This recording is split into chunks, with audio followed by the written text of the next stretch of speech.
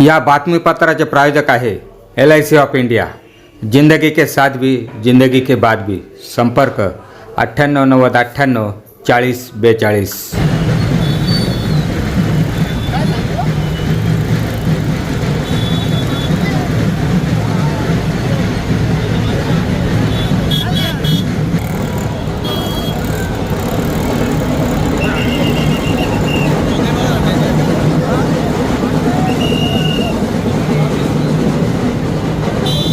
आघाडी मिळालेली आहे आपल्याला। आपली पहिली प्रतिक्रिया काय विजयाच्या उंबरठ्यावर आहात आपण?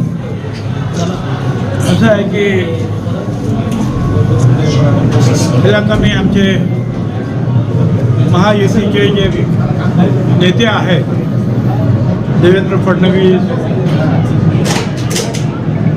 शिंदेसाहेब, अजितदादा आणि महायुतीचे सर्व आमदार ज्यांनी ह्या गेल्या 4-6 महिन्यामध्ये अतिशय चांगले निर्णय घेतले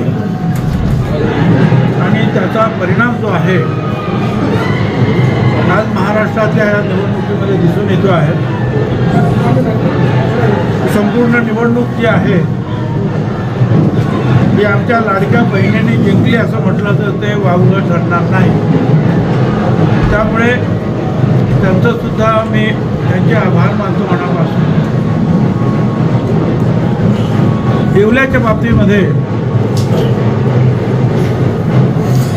खरं तर मला नेहमीच 55-56 हजाराचा मताधिक्य आतापर्यंत मिळत आलं, परंतु ते थोडंसं आता घटलं, ते 27-28 हजारपर्यंत काहीतरी आलेलं आहे। त्याचं कारणही तसंच आहे। आमचे मित्र जे आहे हा जातीवादीचा प्रचार करत बाकी महाराष्ट्रात कुठेच गेले नाही, फक्त येवल्यामध्येच जे आहे रात्री 2-2 वाजेपर्यंत फिरले। परंतु आता महाराष्ट्राने सिद्ध केलेलं आहे की या महाराष्ट्रामध्ये जातीवादाला थारा नाही। काही लोक त्यांना बोलून गेले, कमी झाले, परंतु शेवटी जे आहे लोकांनी आमची इबरत राखली आणि त्यामध्ये विशेषतः दलित समाज, मातंग समाज असेल, आदिवासी सर्व घटक, OBC समाजाचे वंजारे असतील, माळे असतील, तेली, तांबोळे, भटक्या विमुक्त हे सगळे जे आहेत वेगवेगळे समाज, मुस्लिम समाज, हे सगळे एकजुटीनं जे आहेत आमच्या पाठीमागे उभे राहिले।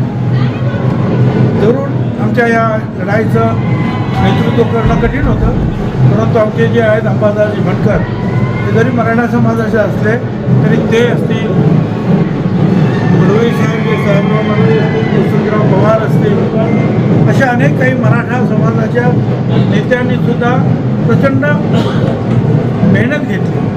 त्यांनी समजवण्याचा प्रयत्न केला। ठीक आहे, थोडंफार त्यांना यश मिळालं, अधिक यश मिळू शकलं नाही, परंतु त्यांनी जी काही स्वकीयांबरोबरच सुद्धा त्यांनी थोडंसं काही वेळेला त्यांचं वाकडं पण आलं, अडचणी निर्माण झाल्या नातेसंबंधात, परंतु ते मागे हटले नाही। एक जरूर वाईट वाटलं की ह्या येवला लासलगाव मतदारसंघामध्ये प्रचंड विकासाची कामं झाली होती, म्हणून मला स्वतःला असं वाटत होतं की ज्यांना 40 वर्षामध्ये पाणी पाहण्यासाठी जे त्रासलेले होते, या विकासासाठी त्रासलेले होते, ते सगळे जातीवादीचा जो आहे काही थारा लागू न देता 100% माझ्या पाठीवर उभे राहते। पण दुर्दैवाने ते फारसं काही घडलं नाही। थोडेफार लोक जे माझ्या पाठीमागे उभे राहिले, मी त्या सगळ्यांचा मनापासून आभारी आहे।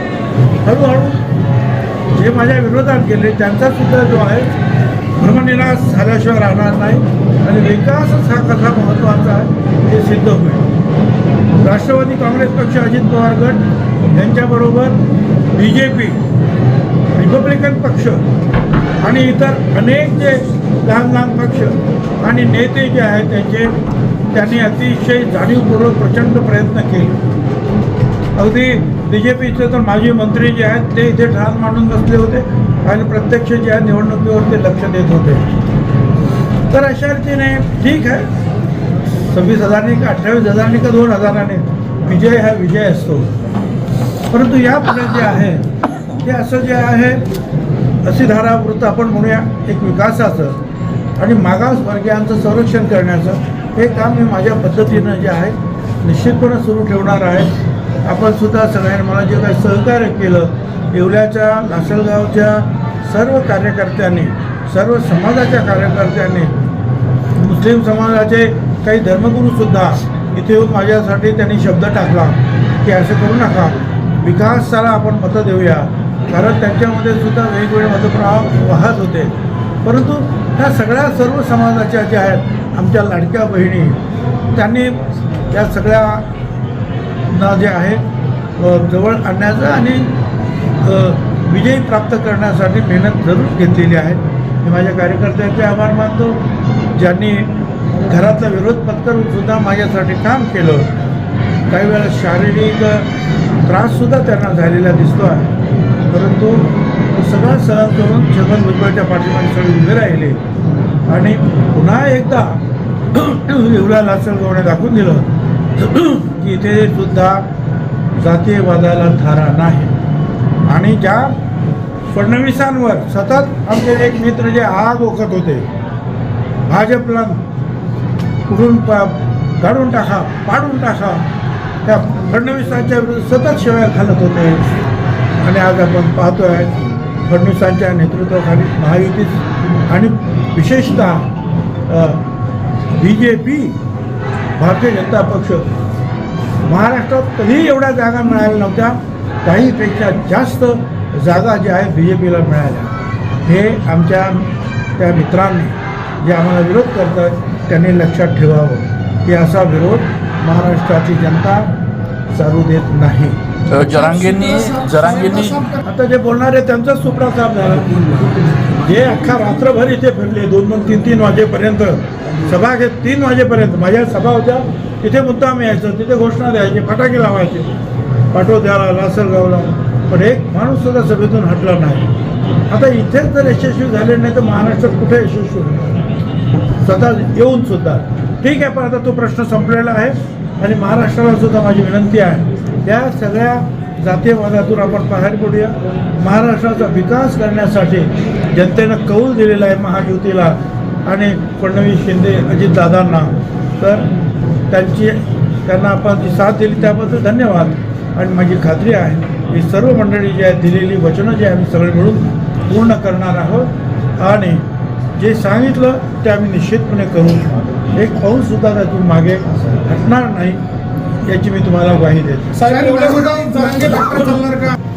इथे विकासाचाच फॅक्टर चालला आणि मगाशी सांगितल्याप्रमाणे सर्व मागासवर्गीय जेवढे जे आहेत OBC घटकांपासून दलित, आदिवासी सगळ्यांपर्यंत सगळ्यांना एकजुटीने उत्तर दिलं. आणि काही प्रमाणामध्ये जरूर मराठा समाजातले काही कार्यकर्ते त्यांनी सांगितलं की इथे जातीवाद कृपया आणू नका. कारण ह्याच येवल्यामध्ये एकदा कांदडे म्हणून आमदार झालेले आहेत, जनार्दन पाटील म्हणून आमदार झाले, ते अतिशय लहान समाज आहेत. गवळी म्हणून आमदार झालेले हिरभाऊ गवळी 10 घरं नाहीत, त्यांना सुद्धा येवल्यानं लासलगावला निवडून दिलेलं. त्याच्यामुळे असा प्रयत्न जो आहे जे कोणी करीत असतील त्याने ते प्रयत्न थांबवावे. एकजुटीने जे आहे विकासाची काल करा. येवल्याच्या निमित्तानं कोणी कितीही आला जातीवादीचा वेश करण्यासाठी तरीसुद्धा हा छत्रपतींचा, महात्मा फुले शाहू आंबेडकरांचा महाराष्ट्र ते सहन करीत नाही आणि या जातीवादाला फेकून देतात. हे आता पुन्हा एकदा सिद्ध झालेलं आहे या महाराष्ट्रात आणि महाराष्ट्रानं आपलं पुरोगामित्व जे आहे सिद्ध केलेलं आहे.